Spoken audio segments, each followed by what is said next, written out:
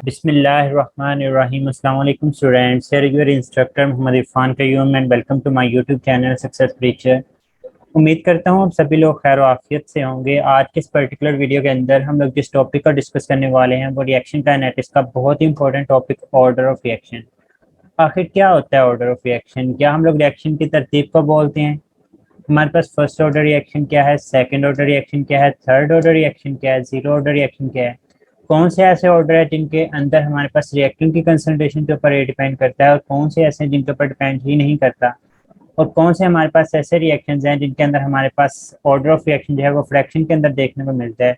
और different orders के लिए डिफरेंट हमारे पास के यूनिट्स हमें देखने को मिलते हैं। आखिर उनको हम लोग किस तरह से जो है वो कैलकुलेट कर सकते हैं? आपके इन तमाम सवालात का जवाब जो है वो इसी वीडियो के अंदर मौजूद है। इस वीडियो को लास्ट तक देखिएगा। So let's start with the order of reaction कि हमारे पास ऑर्डर ऑफ रिएक्शन होता क्या है। बच्चे, ऑर्डर ऑफ रिएक्शन हम लोग बोलते हैं the sum of exponent of the concentration terms in the rate equation is called order of reaction. सबसे पहले हमारे पास टर्म आ जाती है रेट इक्वेशन। बच्चे, रेट इक्वेशन के अंदर अगर हम लोग कंसंट्रेशन के एक्सपोनेंट्स को सम करते हैं, लाइक मैं आपको कहता हूँ बच्चे आपके पास रेट इक्वेशन ये है कि रेट इज इक्वल टू के, और ए की मैं पावर लिख देता हूँ आपके पास 1 है और बी की पावर भी आपके पास क्या है 1 है, और मैं आपसे पूछता हूँ बच्चे मुझे बताएं इसका ऑर्डर ऑफ रिएक्शन क्या है? तो आप कहेंगे सर आपने कहा कि the sum of exponent of concentration terms, कि हमारे पास ये जो एक्सपोनेंट है ये ए और बी क्या है, ये कंसंट्रेशन टर्म्स हैं, और 1 और 1 क्या है हमारे पास एक्सपोनेंट्स हैं। अगर तो हम लोग इनका सम लेते हैं लाइक 1 प्लस 1, तो ये हमारे पास इसका ऑर्डर ऑफ रिएक्शन क्या आ जाएगा? सिंपली इसका ऑर्डर ऑफ रिएक्शन जो है वो हमारे पास 2 आ जाएगा। बच्चे आपके पास किसी भी किस्म की रेट इक्वेशन गिवन हो, आपने क्या करना है, आपने सिंपली कंसंट्रेशन के जो एक्सपोनेंट्स होंगे, जो कंसंट्रेशन की पावर होंगी, इनको सम कर देते हैं तो आपके पास ऑर्डर ऑफ रिएक्शन जो है वो हमारे पास निकल आता है। तो ये सिंपल सा तरीकाकार होता है कि आपके पास रेट इक्वेशन गिवन हो तो उसके अंदर जितनी भी आप लोगों के पास रिएक्टेंट्स मौजूद होंगे, रिएक्टेंट की कंसंट्रेशन होंगी, उनके एक्सपोनेंट्स का सम ले लेंगे तो आप लोगों के पास जो है वो रेट ऑर्डर ऑफ रिएक्शन जो है वो निकल आता है। फॉर एग्जाम्पल कि हम लोग कहते हैं कि हमारे पास कोई भी केमिकल रिएक्शन है जिसके अंदर हमारे पास small A moles of capital A, small B of capital B आपस में कंबाइन करते हैं और हमारे पास सी और डी जो है वो हमारे पास बना रहे होते हैं। अब बच्चे इसकी रेट इक्वेशन क्या है? ये बेसिकली लिखी गई है यहाँ पे रेट इक्वेशन लिखते किस तरह से हैं? रेट इक्वेशन लिखने का आप लोगों को तरीकाकार पता होना चाहिए। रेट इक्वेशन के अंदर हमारे पास rate of reaction is equal to, यहाँ पे के हमारे पास जो है वो कांस्टेंट होता है और आपके पास यहाँ पे आएंगे जितने भी रिएक्टेंट्स होंगे। लाइक यहाँ पे देखिए हमारे पास एक रिएक्टेंट ए है तो हमने वो रिएक्टेंट ए लिखा, इसके जो भी नंबर ऑफ मोल्स होंगे हम लोग इसको पावर के अंदर लिख लेंगे। इसी तरह से हमारे पास जो दूसरा रिएक्टेंट होगा बी, हमने वो लिखा और इसके अंदर जितने भी नंबर ऑफ मोल्स है वो हमने इसको पावर के अंदर लिख लिया। तो ये आप लोगों के पास क्या आ जाता है बच्चे? ये आप लोगों के पास रेट इक्वेशन लिख हो जाती है। तो इस तरह से आपको रेट इक्वेशन लिखी होनी पता होनी चाहिए कि आप लोग किस तरह से जो है उसको लिख सकते हैं। तो ये मैंने आपको रेट इक्वेशन लिखना बताया है। नेक्स्ट चलते हैं हम लोग। नेक्स्ट कहता है कि हमारे पास यहाँ पे ए क्या होगा? A is the order of reaction with respect to capital A. बच्चे हमारे पास दो रिएक्टेंट हैं, एक कैपिटल ए और एक कैपिटल बी। अगर हम लोग स्मॉल ए की बात करते हैं तो स्मॉल ए क्या है? ए स्मॉल ए जो है वो ऑर्डर है with respect to capital A, और जो हमारे पास स्मॉल बी होगा ये पावर के अंदर आएगा। स्मॉल बी क्या है? स्मॉल बी जो है वो हमारे पास ऑर्डर होगा विद रिस्पेक्ट टू बी। आपसे यहाँ पे मतलब 3 तरह से क्वेश्चन पूछा जा सकता है। ओवरऑल ऑर्डर ऑफ रिएक्शन क्या होगा? ये हमारे पास रेट इक्वेशन है, ए की पावर ए है और कैपिटल बी की पावर क्या हमारे पास बी है। मैंने आपको क्या बताया ऑर्डर ऑफ रिएक्शन क्या होता है? सिंपली सम ऑफ एक्सपोनेंट्स को हम लोग ऑर्डर ऑफ रिएक्शन बोलते हैं। मैं आपसे क्वेश्चन पूछता हूँ कि बच्चे what is the order of reaction with respect to capital A, तो फिर आपने तमाम को सम नहीं करना, आपने सिर्फ कैपिटल ए के ऊपर देखना है कि क्या है। तो कैपिटल ए के हिसाब से हमारे पास इसका जो ऑर्डर ऑफ रिएक्शन है वो स्मॉल ए आ जाएगा। अगर मैं आपसे पूछता हूँ what is the order of reaction with respect to capital B, तो आप लोग कहेंगे कि यहाँ पे हमारे पास जो स्मॉल बी है ये हमारे पास ऑर्डर ऑफ रिएक्शन आ गया विद रिस्पेक्ट टू बी। अगर मैं आपसे पूछता हूँ what is the overall order of reaction, तो फिर आप लोग दोनों के एक्सपोनेंट्स को सम कर देंगे तो ए प्लस बी क्या आ जाएगा? आप लोगों के पास ऑर्डर ऑफ रिएक्शन जो है वो हमारे पास निकल आता है। तो ओवरऑल ऑर्डर ऑफ रिएक्शन को किस तरह से फाउंड करेंगे? By adding the exponent on the reactants in the rate law. आप लोगों के पास रेट लॉ के अंदर, रेट लॉ बोलें या रेट इक्वेशन बोलें एक ही चीज है, आप लोगों के पास इसके जितने भी एक्सपोनेंट्स होंगे आप लोग इनको सम कर लेते हैं तो आप लोगों के पास क्या निकल आता है? आप लोगों के पास रेट इक्वेशन जो है वो निकल आती है। कहता है order of reaction for this reaction is A plus B. बच्चे कैपिटल ए के हिसाब से स्मॉल ए रिएक्शन है, कैपिटल बी के हिसाब से स्मॉल बी इसका ऑर्डर ऑफ रिएक्शन है। अगर ओवरऑल ऑर्डर ऑफ रिएक्शन पूछा जाए तो आपने इनके एक्सपोनेंट्स को सम कर देना है। ये तो सपोज रिएक्शन था, आप लोगों के सामने ओरिजिनल रिएक्शंस दिए जाते हैं तो उसके अंदर से आप लोग जो है वो उसको प्रिडिक्ट कर रहे होते हैं कि हमारे पास क्या होता है। अब ऑर्डर ऑफ रिएक्शन की समरी देखने के हमारे पास क्या क्या होता है बच्चे? Sum of exponents of rate equation rate equation के अंदर आपके पास जितने भी रिएक्टेंट्स होंगे या रिएक्टेंट की कंसंट्रेशन होंगी उनके एक्सपोनेंट्स को सम कर देंगे तो आपके पास ऑर्डर ऑफ रिएक्शन निकल आता है। It is an experimental quantity. बच्चे ये एक्सपेरिमेंटल क्वांटिटी होती है, आप लोग इसको बैलेंस केमिकल इक्वेशन से देखकर नहीं बता सकते कि हमारे पास कोई भी रिएक्शन जो है वो किन चीजों के ऊपर डिपेंड करते हैं। लाइक अगर आप लोगों के सामने आप लोगों की बुक खुली होगी पीटीबी, वहां पे एक रिएक्शन गिवन है जो थर्ड ऑर्डर रिएक्शन के एग्जाम्पल के अंदर आता है, वहां पे हमारे पास रिएक्टेंट के 8 नंबर ऑफ मोल जो है वो हमारे पास मौजूद होते हैं, लेकिन बच्चे उसका ऑर्डर ऑफ रिएक्शन क्या है, ऑर्डर ऑफ रिएक्शन जो है वो हमारे पास 3 होता है। हम लोग इसको पूरी तफसील के अंदर आगे जाकर पढ़ते हैं। सिर्फ बताने का यहाँ पे मकसद ये है कि आप लोग बैलेंस केमिकल इक्वेशन से देखकर नहीं बता सकते कि हमारे पास ऑर्डर ऑफ रिएक्शन क्या है। ऑर्डर ऑफ रिएक्शन को बताने के लिए आप लोगों को उसका मैकेनिज्म जानना जरूरी होता है। मैकेनिज्म के अंदर मोर देन वन स्टेप्स आ सकते हैं। उन मोर देन वन स्टेप में से वो स्टेप जो कि स्लोएस्ट स्टेप होता है वो हमेशा एक ही होता है। वही जो स्लो स्टेप होता है वही रेट डिटरमाइनिंग स्टेप होगा, और वही रेट डिटरमाइनिंग स्टेप जो है वो आप लोगों को बताता है कि हमारे पास किस रिएक्टेंट के हिसाब से कौन सा ऑर्डर ऑफ रिएक्शन होगा और ओवरऑल ऑर्डर ऑफ रिएक्शन क्या देखने को मिलता है।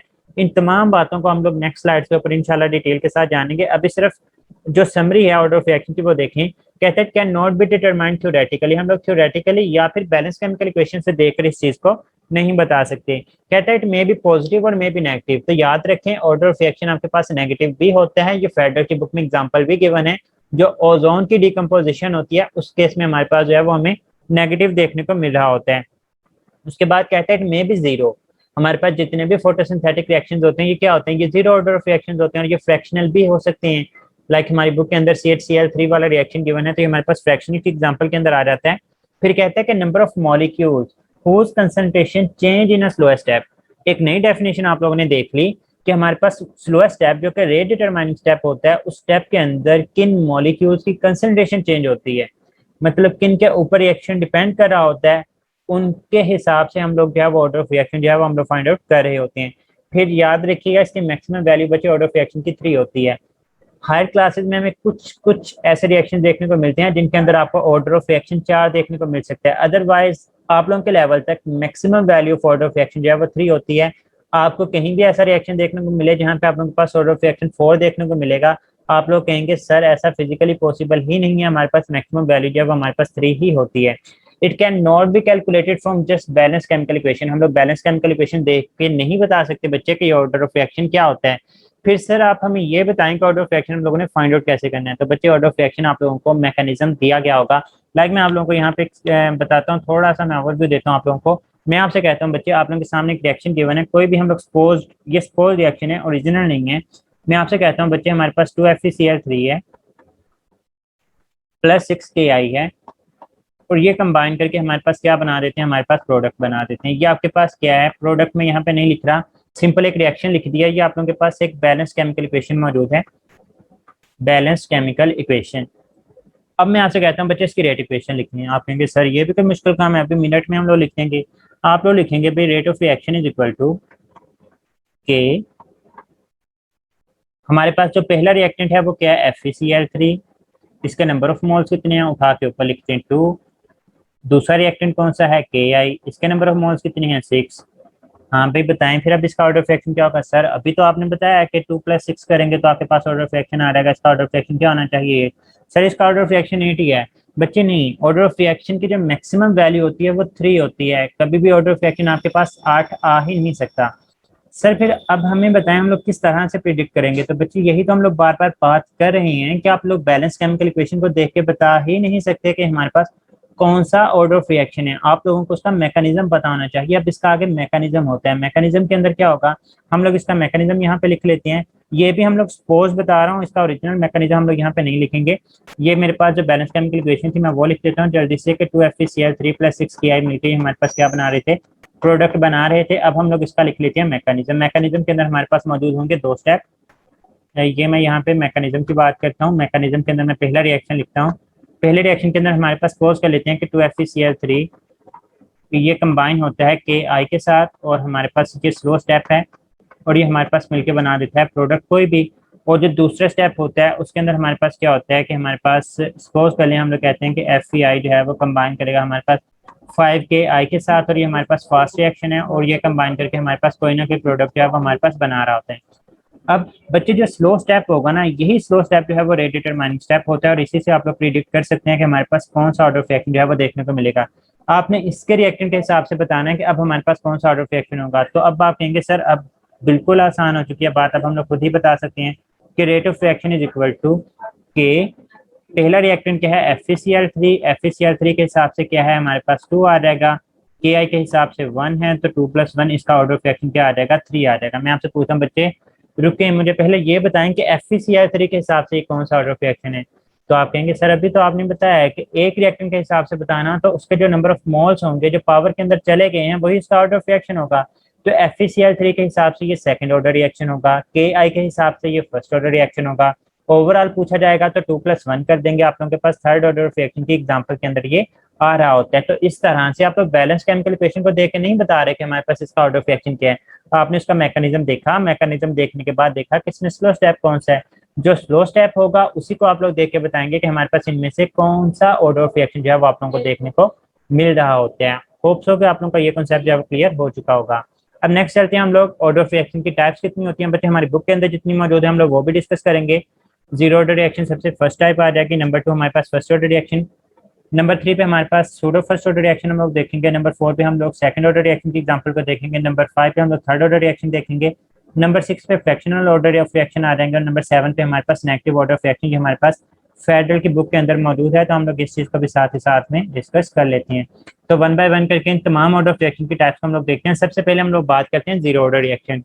बच्चे यहाँ पे तमाम के अंदर हम लोग देखेंगे कि कौन से ऐसे ऑर्डर ऑफ रिएक्शन है जिनके अंदर हमारे पास जो रेट ऑफ रिएक्शन होंगे वो रिएक्टेंट के कंसंट्रेशन के ऊपर डिपेंड करेंगे, और कौन से ऐसे होंगे जिनके अंदर हमारे पास वो डिपेंड नहीं कर रहे होते। लाइक जीरो ऑर्डर रिएक्शन की एग्जांपल क्या, डेफिनेशन क्या होगी, कहते हैं जीरो ऑर्डर रिएक्शन हमारे पास कोई भी ऐसा रिएक्शन होगा when the rate of reaction remains same by changing the concentration of the reactant, then order with respect to reactant is zero। हम कहते हैं हम लोग कंसंट्रेशन सबसे पहले जाने कि रेट ऑफ रिएक्शन आखिर क्यों चेंज क्यों होगा कंसंट्रेशन के चेंज करने से। आप लोगों ने चैप्टर नंबर 8 में लॉ ऑफ मास एक्शन पढ़ा कि rate of reaction is directly proportional to the concentration of reactant, कि जैसे जैसे हम लोग रिएक्टेंट की कंसंट्रेशन को चेंज करेंगे हमारे पास रेट ऑफ रिएक्शन चेंज होना चाहिए।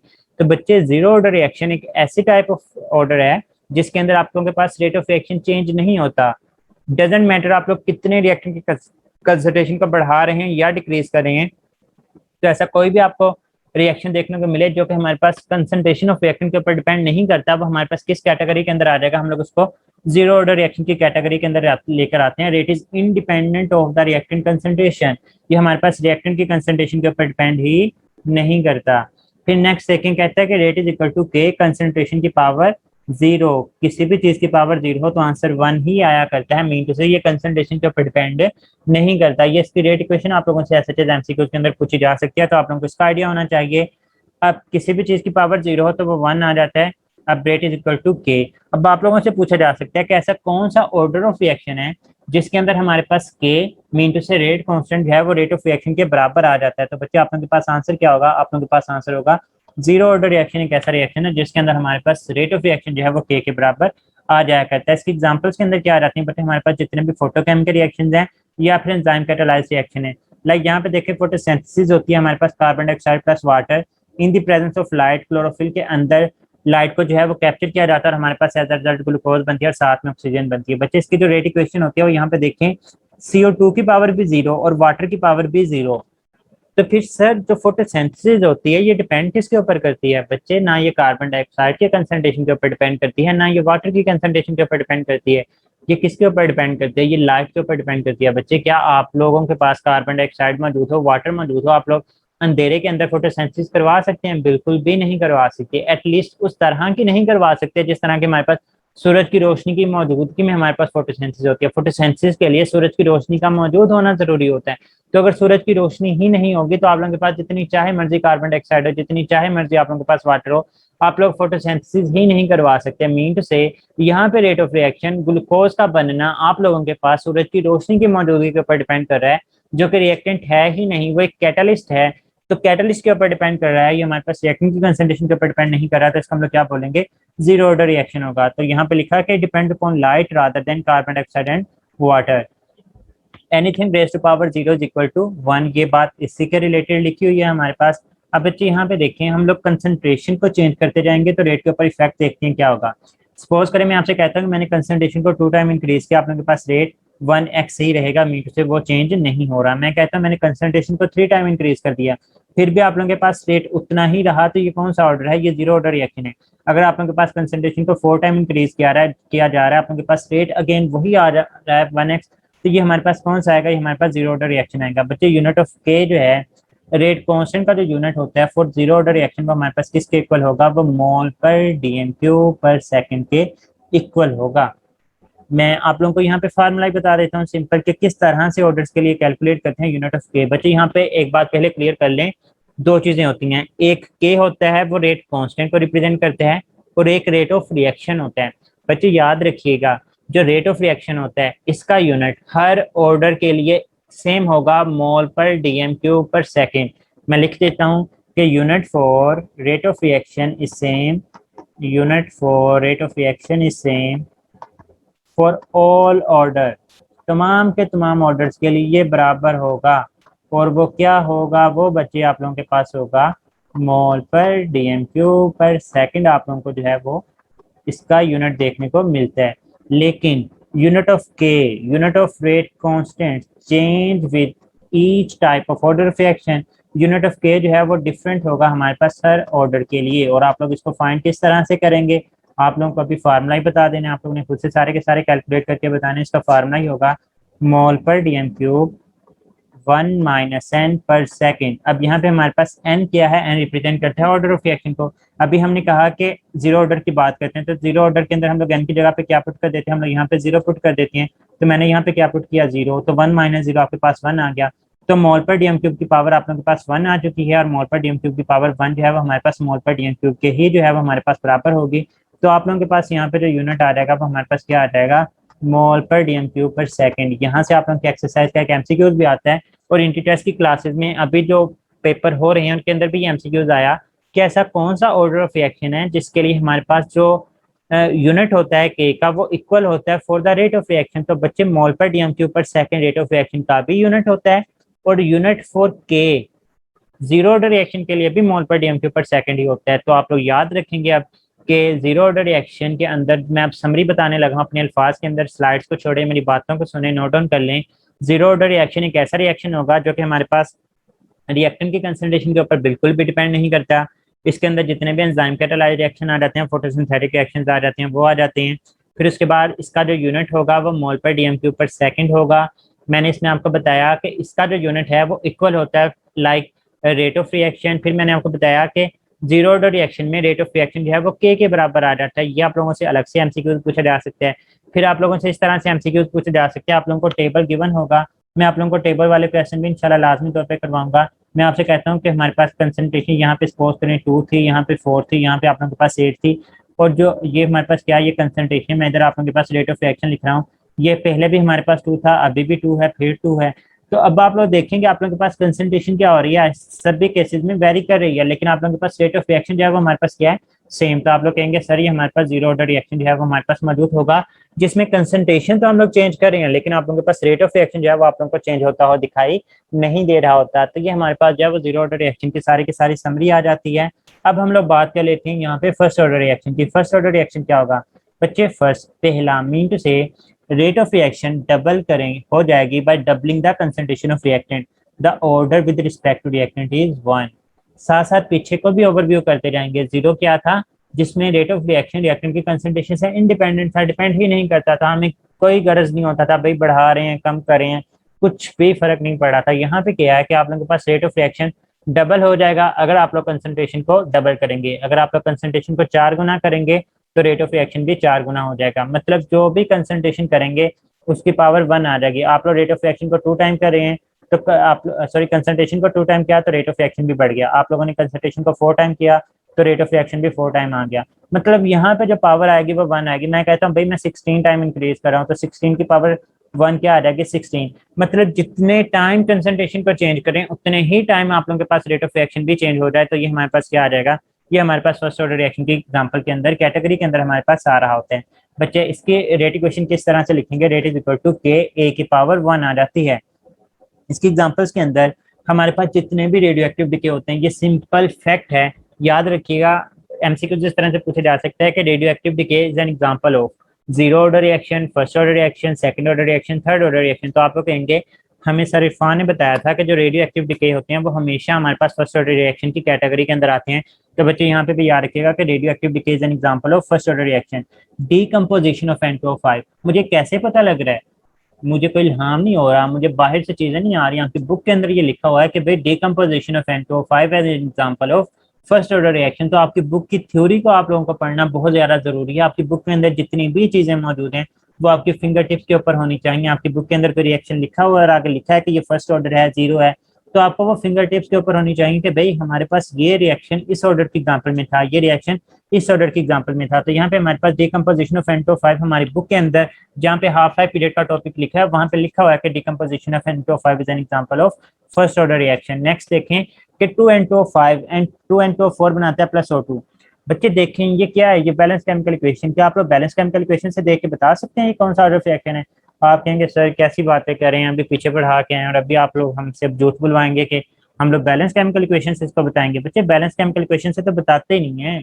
अगर आप लोग बैलेंस केमिकल इक्वेशन से देखेंगे तो आप तो कहेंगे कि सर N2O5 है, इसके नंबर ऑफ मोल 2 हैं, तो इसको तो सेकंड ऑर्डर होना चाहिए। तो क्या ये सेकंड ऑर्डर है? नहीं बच्चे, ये डिकम्पोजिशन ऑफ N2O5 हो रही है। जो डिकम्पोजिशन ऑफ N2O5 है ये हमारे पास फर्स्ट ऑर्डर रिएक्शन की एग्जांपल्स के अंदर आते हैं। अब फिर हमें कैसे पता लगा कि ये फर्स्ट ऑर्डर रिएक्शन है? बेसिकली इसका मैकेनिज्म होता है और मैकेनिज्म के अंदर मोर देन वन स्टेप मौजूद होते हैं। फिर उन्होंने देखा कि स्लो स्टेप के अंदर हमारे पास किस तरह से हमारे पास किन कंसंट्रेशन के ऊपर डिपेंड करती थी। तो जो स्लो स्टेप था उसके अंदर हमारे पास N2O5 की पावर 1 थी। तो हमें स्लो स्टेप से बेसिकली पता लगा। अब आपका ये क्वेश्चन होगा कि सर हमें तो यहाँ पे मैकेनिज्म ही नहीं गिवन, तो हमें कैसे पता लगेगा? तो मेरा आंसर सिंपल सा है बच्चे, आपकी बुक के अंदर जितने भी रिएक्शन गिवन है एटलीस्ट आपको वो पता होनी चाहिए कि ये किस ऑर्डर की एग्जांपल है या किस ऑर्डर की एग्जांपल है। वो आपको इसी तरह से बैलेंस केमिकल इक्वेशन देगा और आपसे पूछेगा कि ये कौन सा ऑर्डर ऑफ रिएक्शन है। बच्चे वहां पे यही गलती करेंगे कि बैलेंस केमिकल इक्वेशन को देख के बता देंगे, लेकिन आप लोगों ने ये गलती नहीं करनी क्योंकि आप लोगों ने मेरे से पढ़ लिया हुआ है ये टॉपिक अच्छे तरीके से। तो फिर आप लोगों को एटलीस्ट ये वाली गलती नहीं दोहरानी चाहिए वहां पे। तो फिर आप लोग वहां पे बताएंगे कि ये बकायदा हमारे पास फर्स्ट ऑर्डर रिएक्शन की एग्जांपल में जो है ये रिएक्शन लिखा हुआ है, तो हमारे पास फर्स्ट ऑर्डर रिएक्शन है। Doesn't matter balance chemical equation में ये क्या लिखा हुआ है क्या नहीं लिखा हुआ है, बैलेंस केमिकल इक्वेशन से तो हमें पता ही नहीं लगता ऑर्डर ऑफ रिएक्शन का। तो N2O5 के ऊपर ये डिपेंड कर रहा होता है। तो हमारे पास यहाँ पे इसकी जो रेट इक्वेशन लिखी जाती है वो हमारे पास रेट इक्वेशन इस तरह से लिखी जाती है कि N2O5। बेसिकली हमारी बुक के अंदर इसका मैकेनिज्म मौजूद नहीं है, इस वजह से मैंने यहाँ पे मैकेनिज्म हाईलाइट नहीं किया ताकि आप लोग आउट ऑफ कॉन्टेक्स्ट ना चले जाएं, आउट ऑफ सिलेबस ना चले जाएं। हम लोग सिलेबस के अंदर रहते हुए इस चीज को जो है वो स्टडी कर रहे हैं। नेक्स्ट देखें, अब आप लोगों के पास एक मासूमाना सा सवाल है। जिस तरह से वसीम बदामी साहब मासूमाना सा सवाल करते हैं इस तरह से हम भी आप लोगों से एक मासूमाना से सवाल कर लेते हैं। बच्चे क्या आप लोगों के पास ऑर्डर ऑफ रिएक्शन 1 हो सकता है अगर हमारे पास मोर देन 1 रिएक्टेंट्स मौजूद हों? सर यहाँ पे तो आपने बताया कि के ए की पावर 1 है तो हमारे पास फर्स्ट ऑर्डर रिएक्शन है। तो अगर हमारे पास एक से ज्यादा रिएक्टेंट हों तो किस तरह से फर्स्ट ऑर्डर रिएक्शन?